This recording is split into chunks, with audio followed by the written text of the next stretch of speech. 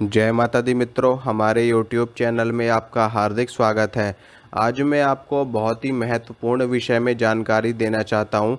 इस विषय की जानकारी बहुत ही कम लोगों को होती है और हर किसी के मन में ये प्रश्न उठता रहता है कि ऐसा क्यों होता है।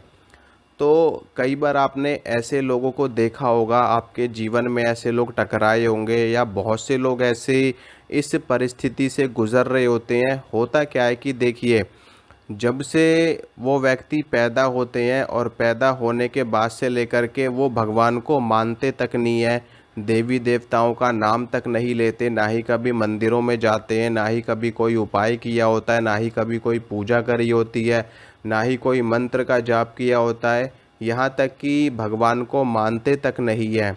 लेकिन फिर भी उनके साथ ऐसा होता है, ऐसा घटित उनके साथ हो रहा होता है बचपन से ही कि उनको देवी देवता सपने में दर्शन दे रहे होते हैं और उनको कई बार ऐसा महसूस भी हो रहा होता है कि उनके आसपास कोई शक्ति है जो उनको बार बार अपने होने का एहसास करा रही है। बार बार उनको देवी देवताओं के दर्शन भी हो रहे होते हैं, खुली आंखों से भी उनको शक्तियां दिख रही होती हैं, उनको सपने में भी दर्शन हो रहे होते हैं और बार बार उनको ऐसा महसूस होता है कि ये शक्ति हमसे कुछ कहना चाहती है। इस शक्ति और उनके मन में हमेशा ये विचार आते हैं कि ये शक्ति हमें क्यों दिख रही है। हमने तो कभी भी पूजा नहीं करी, कभी भी कोई साधना नहीं करी, कभी भी कोई मंत्र का जाप नहीं करा, उसके बावजूद भी हमें ये शक्ति दिख रही है, हमें सपने में दिख रही है, बार बार हमसे कुछ कहना चाहती है, कुछ बात करना चाहती है, हमें स्पर्श कर रही है, हमें अपने होने का एहसास करा रही है। तो ऐसा क्यों होता है? देखिए, मैं आपको आज इस बात की पूरी जानकारी दूंगा, इस तथ्य के ऊपर पूरी जानकारी दूंगा विशेष रूप से, क्योंकि ऐसा बहुत से लोगों के साथ हो रहा है। और तो ऐसा होता क्यों है?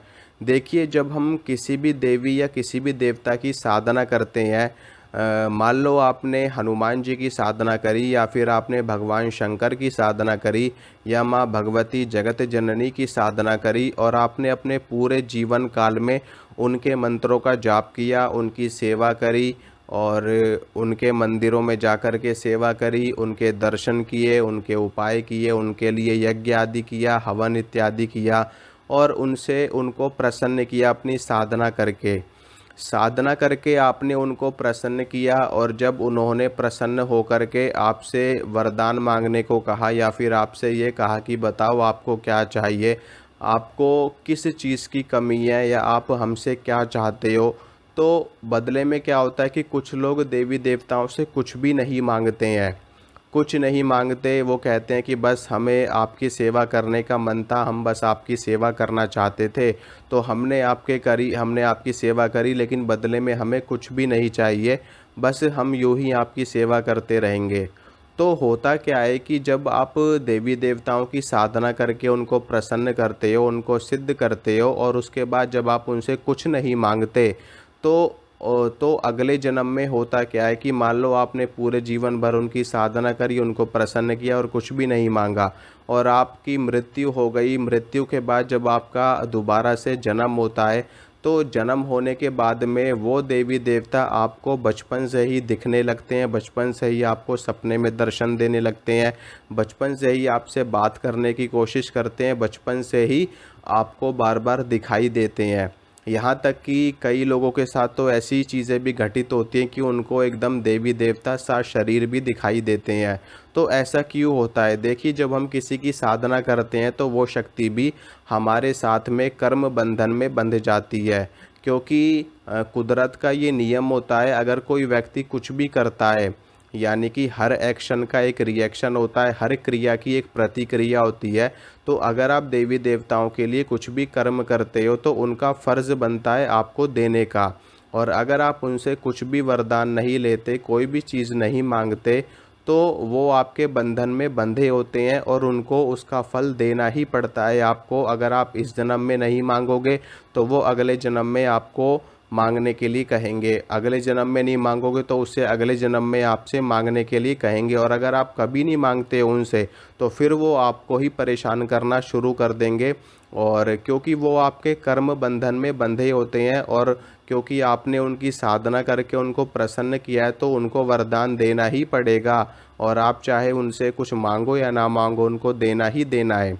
एक तो ये चीज़ होती है। दूसरी चीज़ क्या होती है कि अगर आपने किसी शक्ति को सिद्ध कर लिया और उस शक्ति से आपने बहुत अधिक कार्य करवाए हैं, बहुत अधिक काम बनवाए हैं लोगों के, बहुत सारे लोगों का भला करवाया उस शक्ति से, और उस शक्ति का कुछ भोग या कोई प्रसाद या कोई भी मान्यता आपकी अधूरी रह गई, ठीक है, कोई भी मान्यता उनकी अधूरी रह गई और वो आप नहीं दे पाए उनको, और आपकी मृत्यु हो गई, तो जब आप दोबारा से जन्म लोगे तो वो शक्ति आपके सामने प्रत्यक्ष हो करके, आपके सपने में आकर के आपसे बातचीत करके अपना भोग मांगेगी, अपना जो उन्होंने आपके लिए किया है उसका भोग प्रसाद मांगेगी, या जो भी आपने उनके लिए मान्यता मानी है वो शक्ति आपके साथ जुड़ जाती है, कर्म बंधन में जुड़ जाती। क्योंकि अगर आप किसी से कोई कार्य लेते हो तो उसके बदले में भी आपको उसके लिए कुछ ना कुछ करना होता है, ठीक है, ये कुदरत का नियम है। अगर आप किसी की मदद करोगे तो कल को कोई भी व्यक्ति आपकी मदद ज़रूर करेगा।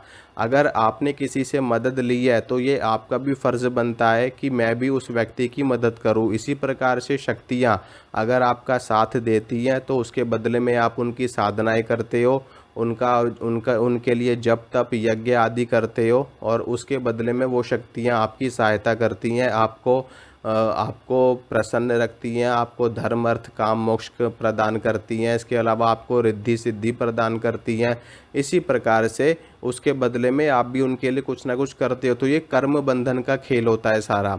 तो इसीलिए कई लोगों के साथ में बचपन से ही, जबकि उन्होंने कभी नाम तक नहीं लिया होता किसी भी देवी या किसी भी देवता का, फिर भी उनके साथ में शक्तियाँ चल रही होती हैं, उनको सपने में शक्तियाँ दिख रही होती हैं, उनको प्रत्यक्ष शक्तियाँ दिख रही होती हैं। वो मुझसे भी कई लोगों ने प्रश्न किया कि हमने तो कभी कुछ भी नहीं किया लेकिन फिर भी हमारे साथ में शक्ति चल रही है, ऐसा क्यों, हमें ये चीज़ें दिखाई देती हैं, ऐसा क्यों? तो ऐसा इसी कारण से होता है क्योंकि ये कर्म बंधन है।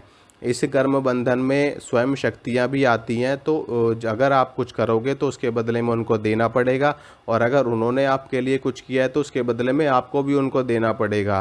तो ये चीज़ होती है। तो आशा करता हूँ दोस्तों जो जानकारी मैंने आपको दी आपको अच्छी लगी होगी, पसंद आई होगी।